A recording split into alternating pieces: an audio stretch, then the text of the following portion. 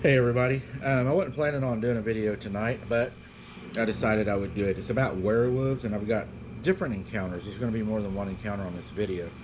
The first thing that I would like to remind you all is, when you're seeing this video right now, there is another video you probably have not seen that has been released on my YouTube channel. If you go over, you'll be able to see it now. It was a members only release. It was an encounter by a victim that I spoke to that was recorded. The name of it is Grape Ape. And if you go over, you'll get a 2-video bonus today on Sunday. Also, on the other channel, a lot of you have been asking, when is Kaylee and Sarah going to compete against each other in this slushy race? It's going to be a lot of pain. That's going to happen the 22nd. I'll try to release it the 22nd. If you haven't subscribed to our other channel, I would like to personally invite you to subscribe over there. It'd mean a lot to me and Kaylee and the kids and everybody. We do a lot of fishing, hunting, camping, cooking, recipes. Just a lot of wholesome family fun. It's where we go to actually relax from the stress and the seriousness of some of the channels. I will put the link to our other channel in the description. It is Wide Open Adventures. Let's kick this one off, guys. I got some bad thunderstorms coming at me again tonight, so I'm going to hurry up and try to get this done before we lose power or the storms hit. The first one we have is a shape-shifting werewolf of Texas. It says, Miss Delbert Gregg of Gregton, Texas, told of her encounter with a shape-shifting creature in the 1960 issue of Fate. The other surveyed sightings below are also Bigfoot encounters. You're going to enjoy these. Seems like they're happening a lot more.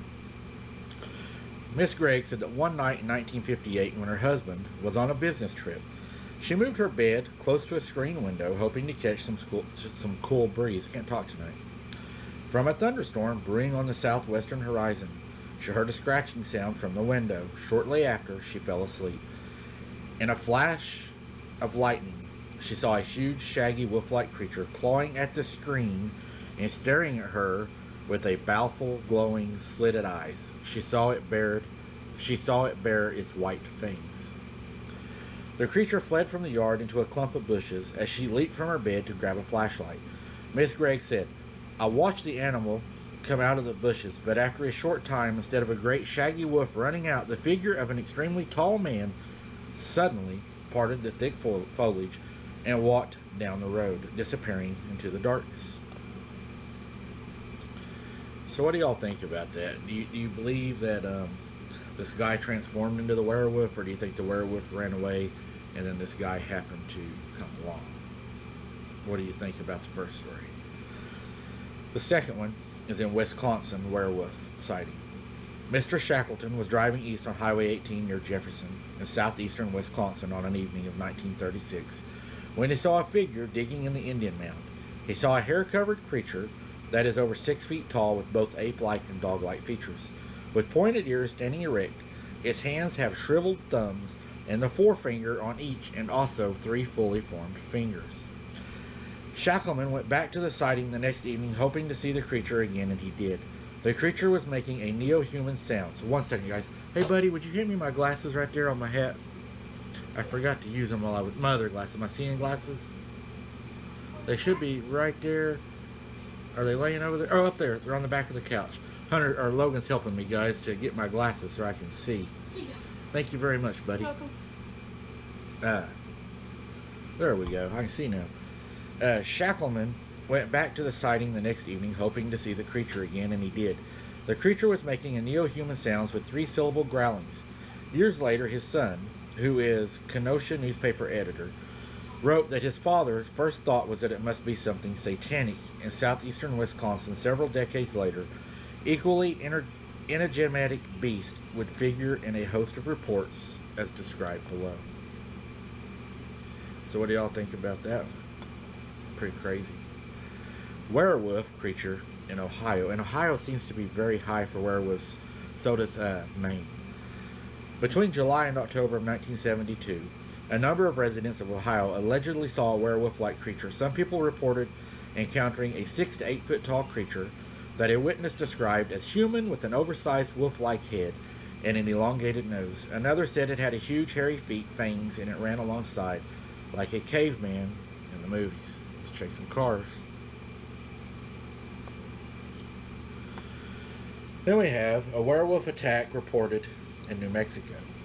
Four Gallup, New Mexico youths allegedly encountered a werewolf along the side of the road near Whitewater one day in January of 1970.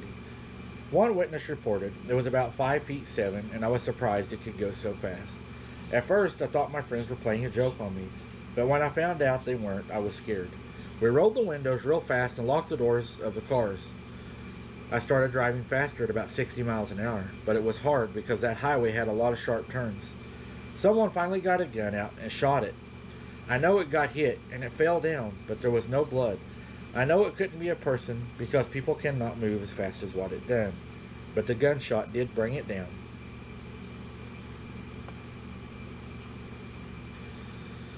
Navajo Skinwalker. A skinwalker is another name for a werewolf that the Navajos of the Southwest. In 1936, in Yale Publications in Anthropology, anthropologist William Morgan recounted an interview with a Navajo identified only as Hahago. Hahago said a skinwalker, they go very fast. They can go to Albuquerque in 1 hour and a half, a 4-hour trip by automobile, according to Morgan. Red-Eyed Werewolves of Pennsylvania. In the fall of 1973, western Pennsylvania played a host to dozens of reports of strange ape-like creatures, sometimes seen in association with UFOs. Said to have, in one witness words, fire and red eyes that glow in the dark. To be 7 to 8 foot tall and gives off strong, unpleasant odor. Another type of creature, investigator Stan Gordon noted, was said to be between 5 and 6 feet tall. It was described as looking just like an extremely muscular man covering a thick, dark hair. Again, in these reports, the arms were very long and hung down past the knees. These creatures appeared to have superior agility, exceeding that of a deer. From footprints discovered, the stride of the creature was between 52 and 57 inches. In these reports, there was no indication of odors. It makes you wonder if sometimes Bigfoot and werewolves aren't misidentified for each other, or maybe even the same creature as the shaman said that I spoke to in the hills.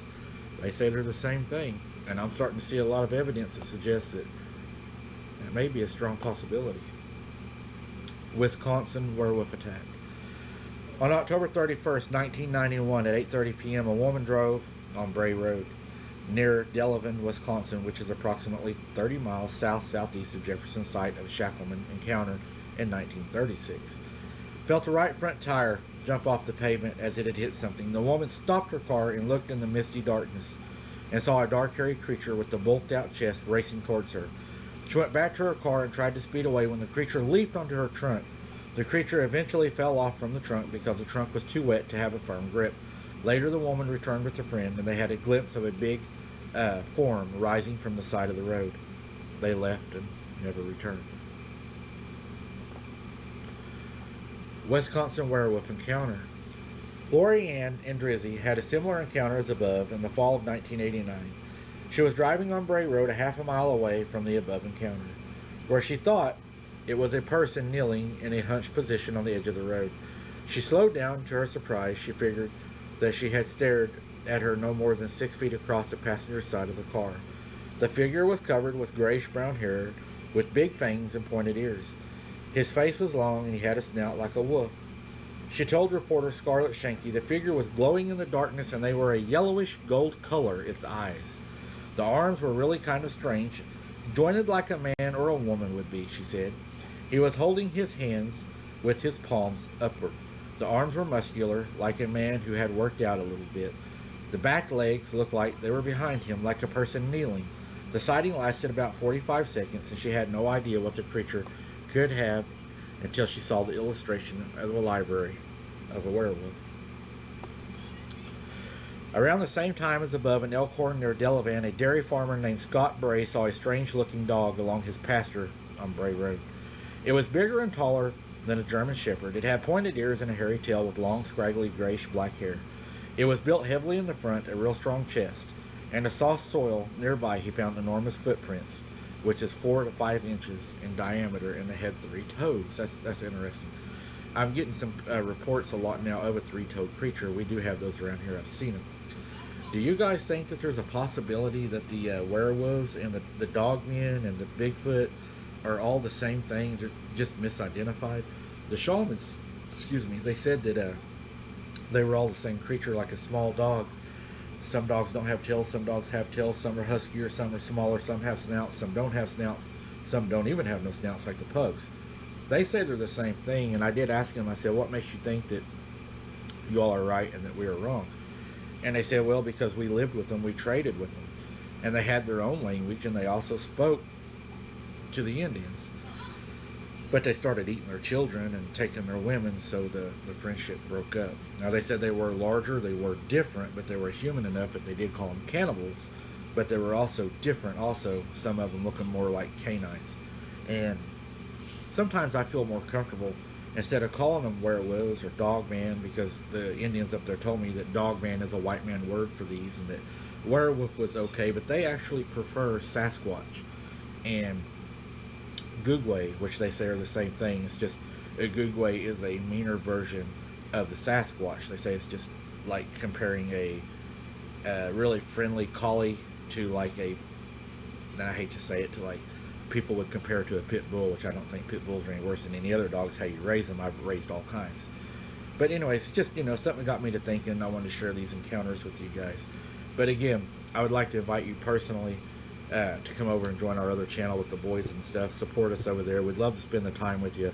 We're going to start doing lives over there probably every Friday, and we'd like to just spend the time with you, get your ideas, and maybe you can give us some ideas on some recipes, cooking, fishing techniques, hunting techniques, recipes. We have a lot of recipes going to be coming out, a lot of cooking, so we're going to try a lot of funny things this year, some new things, and just going to be a fun time, guys. It's a place to relax, have fun, and fun with your family. Something your kids can watch.